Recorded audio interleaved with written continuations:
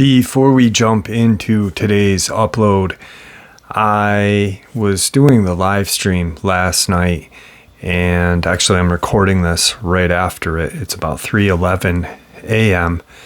And I had brought up Kirk Stokes because he messaged me during the live stream, and we were talking about his video. There were a few people who didn't know what the video was, so I told them that I would share it in the first half upload. But I also want to give you guys an amazing announcement. I'm going to be interviewing Kirk tonight, and that upload will be out Monday morning. I have waited patiently for years to get Kirk to come on, and he was mistreated by the community back in the day because there were so many people that didn't want to accept his view, his pictures, his videos.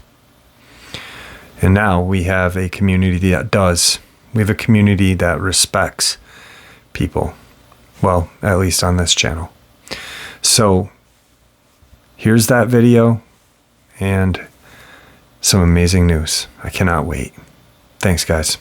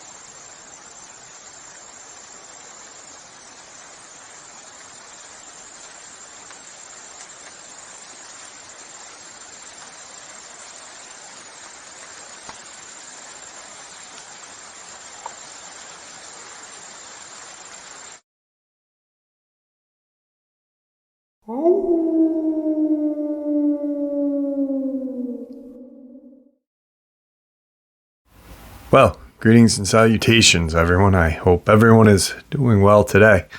Today, I have a subscriber interview from my neck of the woods. Before we get into it, though, a couple links. As you know, I rely on Patreon, PayPal, and my merch to help the channel to continue to grow and go. The links to Patreon and PayPal are in the description below, my merch displayed directly under the video. Also, Dogman Frightening Encounters, Volume 1 through 3, the audiobook versions. They were written and researched by Tom Lyons, narrated and produced by me, Jeff Nadolny. Those audiobooks are available on Audible, Amazon, and iTunes, the links to which are also in the description as well. And finally, last but definitely not least, if you'd really like to help support this channel to continue to grow and go, simply subscribe, click that like button, and please leave a comment. It really does help, and guys, it definitely matters. Now, everyone, I have taken far too much of your time. Let's get on with today's subscriber interview, shall we? All right, guys, in 1994, I had my encounter happened in Wilton, New York, which is just outside of my hometown, South Glens Falls.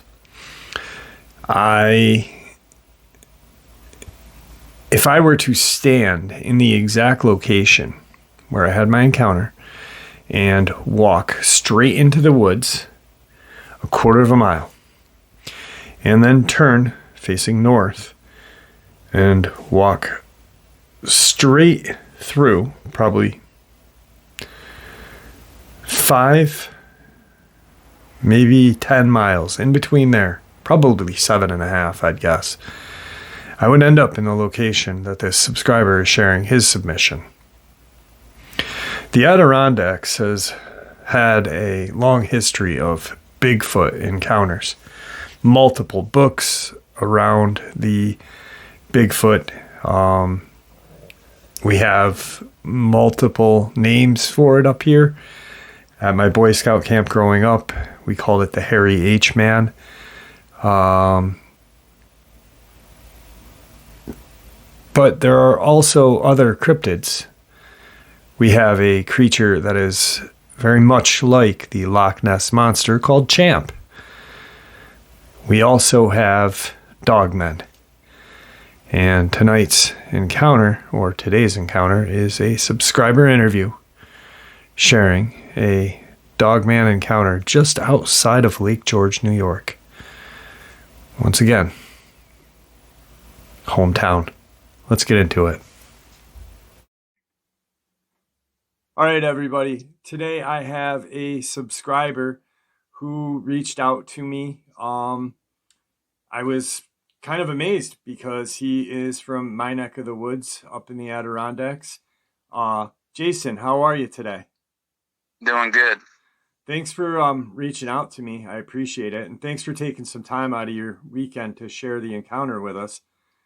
I'm going to turn the floor over to you.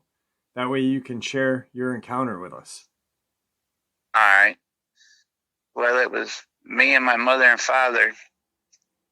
In the winter, we would go into where our counter was and bring our boat and camp and stuff with the snowmobile. And then in spring, we would go back in, but we'd have to walk in because, we couldn't take ATVs with the state of New York. Right. So we would go Labor Day weekend trout fishing. So we went in Friday night or Friday afternoon. Now, how deep was it in there? Sorry. It's about 6 miles. Okay. A 6-mile hike, which it sounds like a lot, but it's not too bad if you've done it your whole life. Right. Especially on a good day and stuff, the senior. Yeah. Yeah. And it was it's pretty much a cut trail till right at the end. So we went in and set everything up. Friday night was pretty uneventful. Everything was real quiet. We didn't see no animals or nothing Friday night. We fished, went to bed. Saturday we got up. We fished all day like we usually do. Saturday evening, around 10 or 11 o'clock, we heard a doe belting, like a scream, doe crying, yep. Like a yearling crying for its mother. And then, you know how before they die, they almost sound like a baby crying. Yeah. And we heard that, but we didn't know where it was coming from. So we were on the edge a little bit, but we didn't really know. We went to bed. When we got up, me and my father just took a walk around the lake. We were going to go check one of our caches because my mother was cold that night, and we thought we had more blankets. So we walk around on the lake, and we find the yearling that we heard the night before, and it was tore apart. Wow. And not chewed up, it was tore apart. Okay. There wasn't nothing left of it. And I noticed my father got real uneasy after that. So, not to cut you off again, but this is a place, because you've got caches there, this is a place that you guys have gone for a long time. Like, you guys go there. Oh, yeah, 20 years. Okay. Then before I was born, my father went in there, been going in there for 40 years. Right. So this isn't new to you, new to your dad. Your dad knows this area kind of like the back of his hand, like his backyard. Yeah. Okay. Yeah, I mean, he could walk in there blindfolded probably. All right. Now, the deer, when you saw the deer, I know you said it was tore up. What can you kind of describe when you like almost like it was shredded. The hind quarter was eaten, the neck was eaten, and it was tore up like, I don't know, almost like a Freddy Krueger movie. Like the claws. It was tore up on the sides. Now, just so people know, you grew up here, up in the Adirondacks. We do have black bear up here, but black bear, they don't eat meat, so. Thank you. Well, they do, but they don't go hunting deer. Yeah, they don't hunt deer. Like, that's not their main source of food. Right. I mean, we had 2 coolers full of trout. If it was that hungry, it's not going to chase down that deer when it could just come take our coolers. Absolutely. Yeah. And so we went back to the campsite. Then my father was on edge all the rest of the day into the night. And your dad's not he's not No, he's a man's man. Not much scared him. Okay.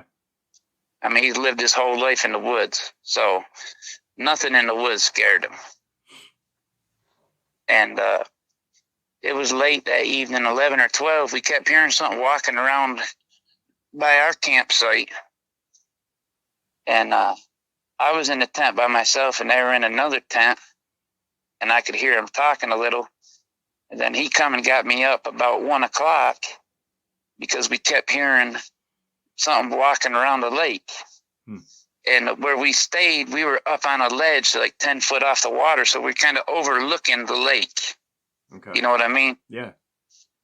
So he had his big spotlight, and we heard something across the lake, and he shined his light over there, and that's when we saw it, which I really don't know what it was. It was on all fours to begin with. And then when we shined the light, it looked at us, stood up, and walked towards us, towards the edge of the lake, looking at us. Okay. It didn't have no tail. Right. It had legs like a dog, like you would see if you picked your dog up and held it up. His legs were bent back like a dog or a wolf. His abdomen was really, really skinny. His body really wasn't proportionate like you would think. Mm-hmm. But his chest and head were big. Almost top heavy? Yeah, like top heavy. Okay. And you could even see, like, around his abdomen, almost looked like mange, kind of. Okay. What you could see with the light. Right. I mean, you're how far from where you were? It's only probably 100 yards across there. Yeah. Okay. So you think 100 yards is a long ways, but it's not that far. Not really. No. No. So when you saw, what'd the head look like? Like, describe the head and face area if you could. Yeah, his head was big, like kind of big and round, and it had tall, pointy ears, but it really didn't have a big snout. His snout was short. Okay. I mean, not like a German Shepherd snout or nothing like that. It was kind of stubby. Like a hound dog stubby, or? Yeah, kind of like a hound dog. It didn't stick way out. Right. And I didn't know that until it turned a little bit. And when it turned is when you could really see the snout and how top heavy it was. Now, when your dad's got the light, was there any reflection on the eyes? Was there any sort of... Yeah, but I hear people say red, and this. Right. To me, they just reflected like a raccoon or a deer's eyes, almost like a yellowish. Okay. And I hear people say, well, yellow glow. Well, it's going to glow when you hit it with a light. Right. I mean, because once he put the light down, his eyes didn't glow no more. So the light is what made his eyes stand out. Okay. Then my dad looked at me and my mother, and he said, get what you can carry. We're leaving. Did the creature, when it looked at you guys, did it make a noise? Did it do anything, or was it silent the whole time? it just looked at, give us like a Death Star. Okay. And then, as soon as it set his front legs back down to turn and walk, that's when my dad said, get what you can carry. We're leaving. We left everything. The fish, the coolers, everything. Wow. And as we were walking out, we could hear something walking behind us, then to the side of us, then behind us. But it always kept its distance. How far would you say? Probably 50, 60 feet away. Okay. And it sounds close, but when it's pitch dark, it's a long ways away. Yeah. Now, and I think my dad was just too scared to shine a light there again. Right. Is what I really think. So this creature was on the opposite side of this small lake, 100 yards away. But for it to get around back to your side would be a lot longer than 100 yards. So this thing he had to come all the way around. Yeah, so it moved at a good pace to get to where you guys were. If it was the same one. Right. But we assumed it was the same animal. Yeah.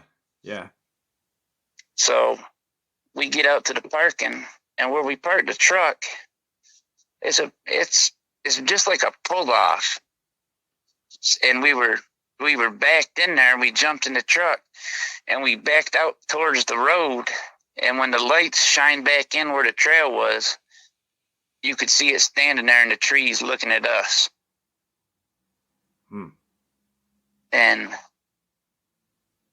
my dad hunted and was in the woods his whole life. And after that, he never sat another day in the woods hunting, ever. Right. Yeah. I think it traumatized until he passed away. And you said your dad worked out in the woods. He carried a firearm with him after that while he was working, correct? All the time. Yeah, he kept it with him all the time after that. Because before that, he never did. And if you're walking around in the woods and you're walking on the crust, it's all good. But if you drop down 3 or 4 foot in the snow, coyotes and stuff can still walk on the crust. Yeah. So they used to scare me to death, but it never bothered him one bit. Yeah. But after that, you were sharing, you said one time that you'd seen a bear track, and he was like, "Let's follow this," and you're like, "Whoa, I don't really know." So that's when he saw a bear track. It was like an animal finding blood. Yeah. He loved bear hunting, and they didn't scare him one bit, but this creature it scared him. What was the ride home like? Very quiet. My mother at first kept saying, what is that, this, that, and he just kept telling her, shut up, it was just a bear. Right. Don't nobody need to know about this. And we never went back in there. We never went back and got our stuff. He never went back there and fished till the day he died. Yeah. That's... The only person he talk about it with is me. And he was still confused. Yeah. I think he just couldn't comprehend it. What, did he have any theories? Like when you guys would talk in the end, like what? He'd really, at first he would say, well, it could have been a bear standing up. But then when you looked at the abdomen and stuff, right, it wasn't a bear. And it didn't have a snout like a bear. And, a bear can walk on 2 legs for a little bit, but this just walked. It walked up and looked at us and stood there. It wasn't like it walked up and had to go back down like a bear does. Right.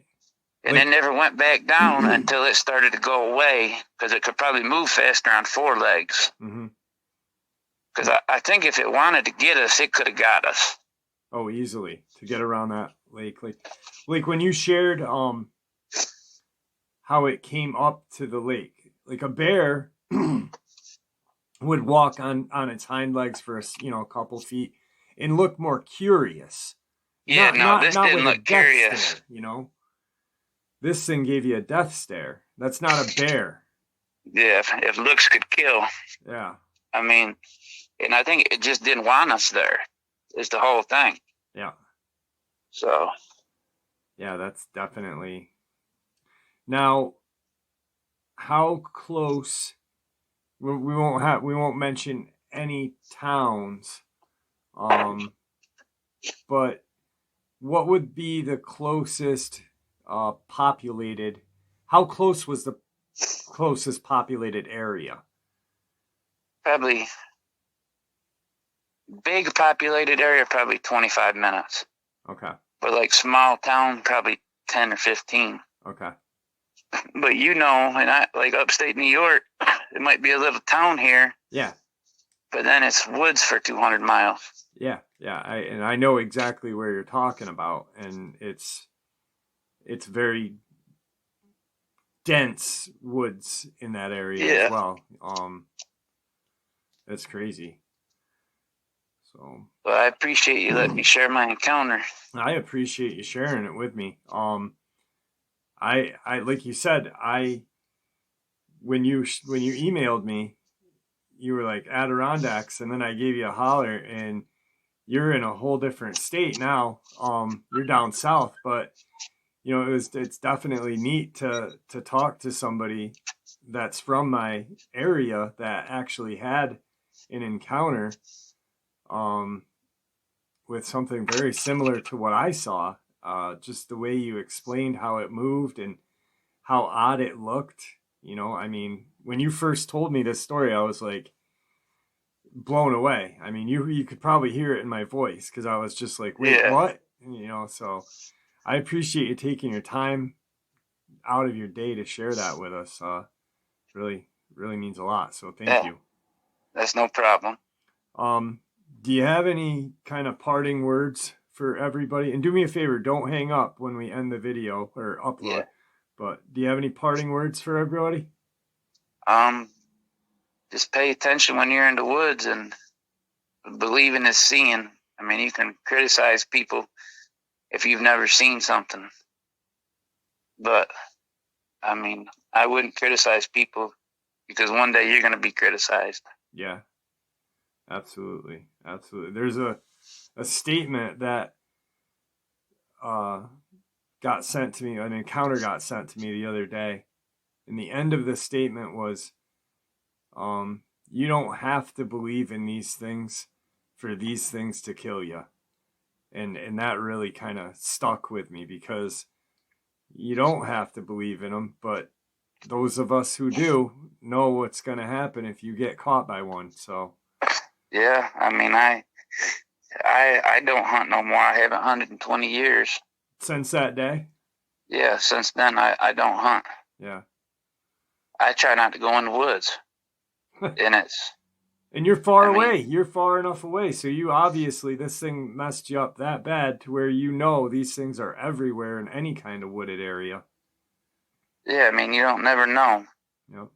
It was woods somewhat, it was woods there sometime. So you never know what's around. Yeah, absolutely. All right, Jason. Well, I appreciate you reaching out. Thank you very much. Don't hang up, and have a good night, all right? Yep, thank you. Thank you.